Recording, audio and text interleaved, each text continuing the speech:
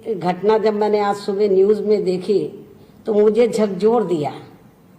मुझे ऐसा लगा कि मुझे मीडिया में जाकर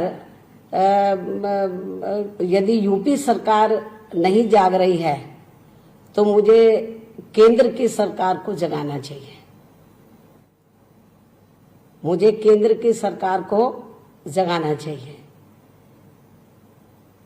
और उत्तर प्रदेश में आप लोगों को ये मालूम है कि जब से ये सरकार बनी है तो ये सरकार कानून व्यवस्था के नाम पर अब तक पता नहीं कितने फरमान जारी कर दिए हैं। इस सरकार ने आए दिन लोगों के मकान खूब तोड़े हैं, एनकाउंटर भी खूब किए हैं। अब इसमें कितनी सच्चाई है ये तो आने वाला समय बताएगा।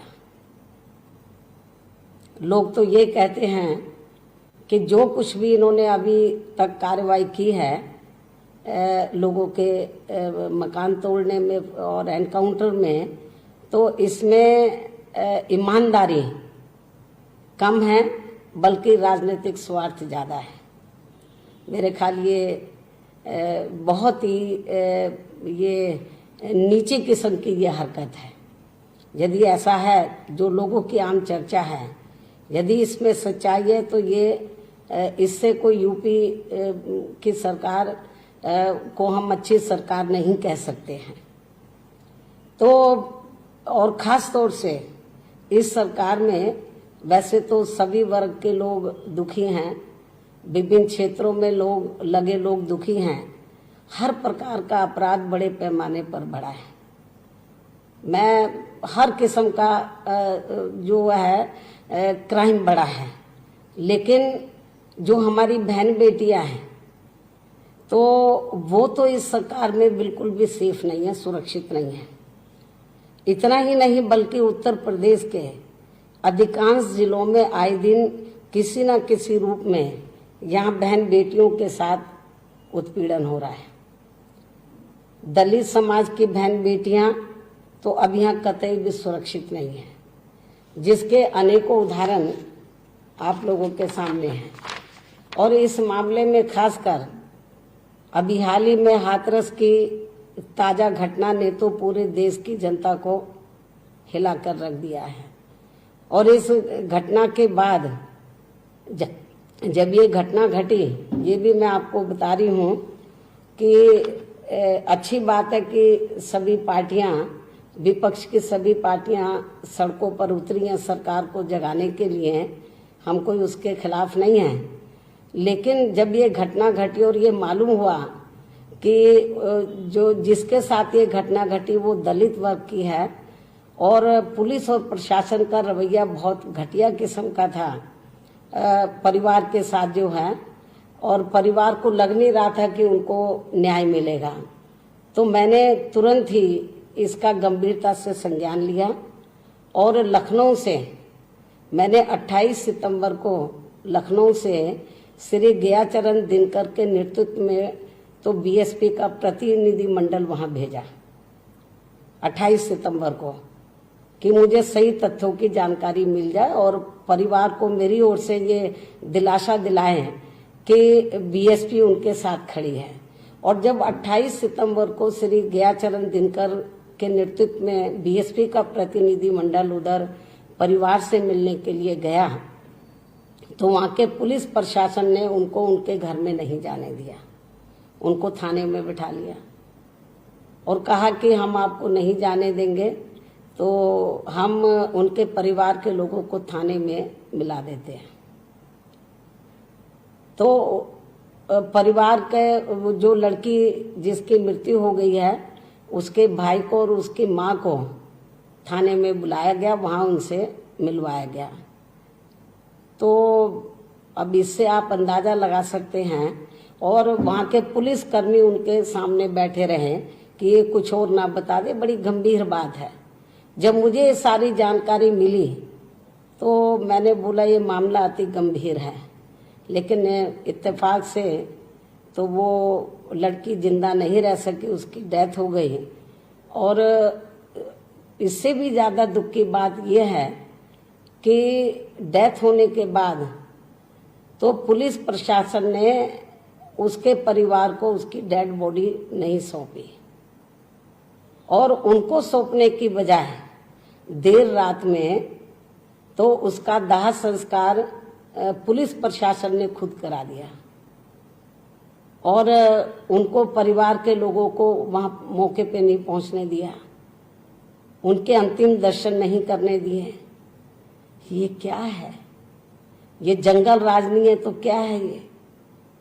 और जब पीड़ित परिवार ने मीडिया में ये सारी बातें संज्ञान में लाई तो मैं समझती हूँ कि ये बहुत ही ये देखकर बड़ा दुख हुआ, और पुलिस प्रशासन इस मामले को पूरे तौर से दबाने में लगी हुई है।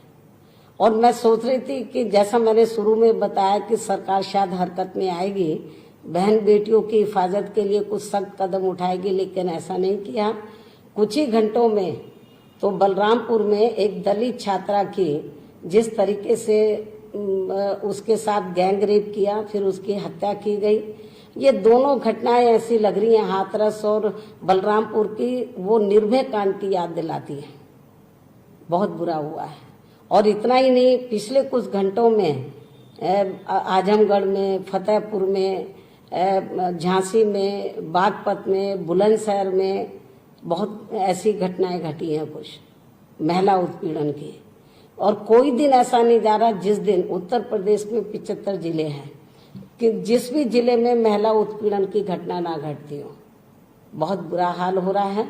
और मैं समझती हूँ कि ऐसी स्थिति में तो जब यूपी सरकार, मतलब हमारी माताएं बहनें तो जो हुकूमत कर रहे हैं, खासतौर से आदित्यनाथ योगी को मैं बताना चाहती हूँ कि आपने एक महिला के पेट से जन्म लिया है। आपको दूसरों की बहन बेटी को अपनी बहन बेटी समझना चाहिए, और यदि आप उनकी हिफाजत नहीं कर सकते तो बेहतर यही है कि उनको पीछे हट जाना चाहिए, खुद ही इस्तीफा दे देना चाहिए तो ज़्यादा बेहतर होगा। नहीं चला सकते हैं सरकार।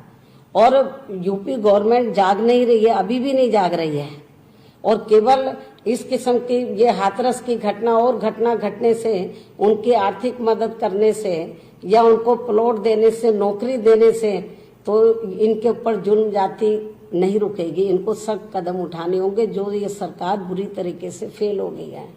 तो मेरा केंद्र की सरकार को यही कहना है कि यूपी गवर्नमेंट नहीं जाग रही है।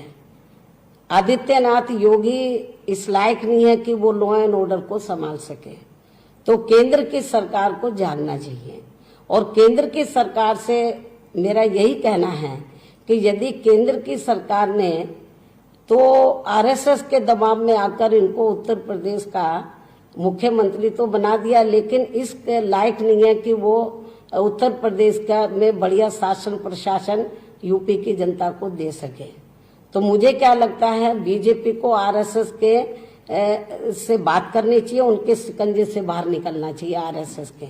आपको उत्तर प्रदेश की जनता के हित में सोचना चाहिए।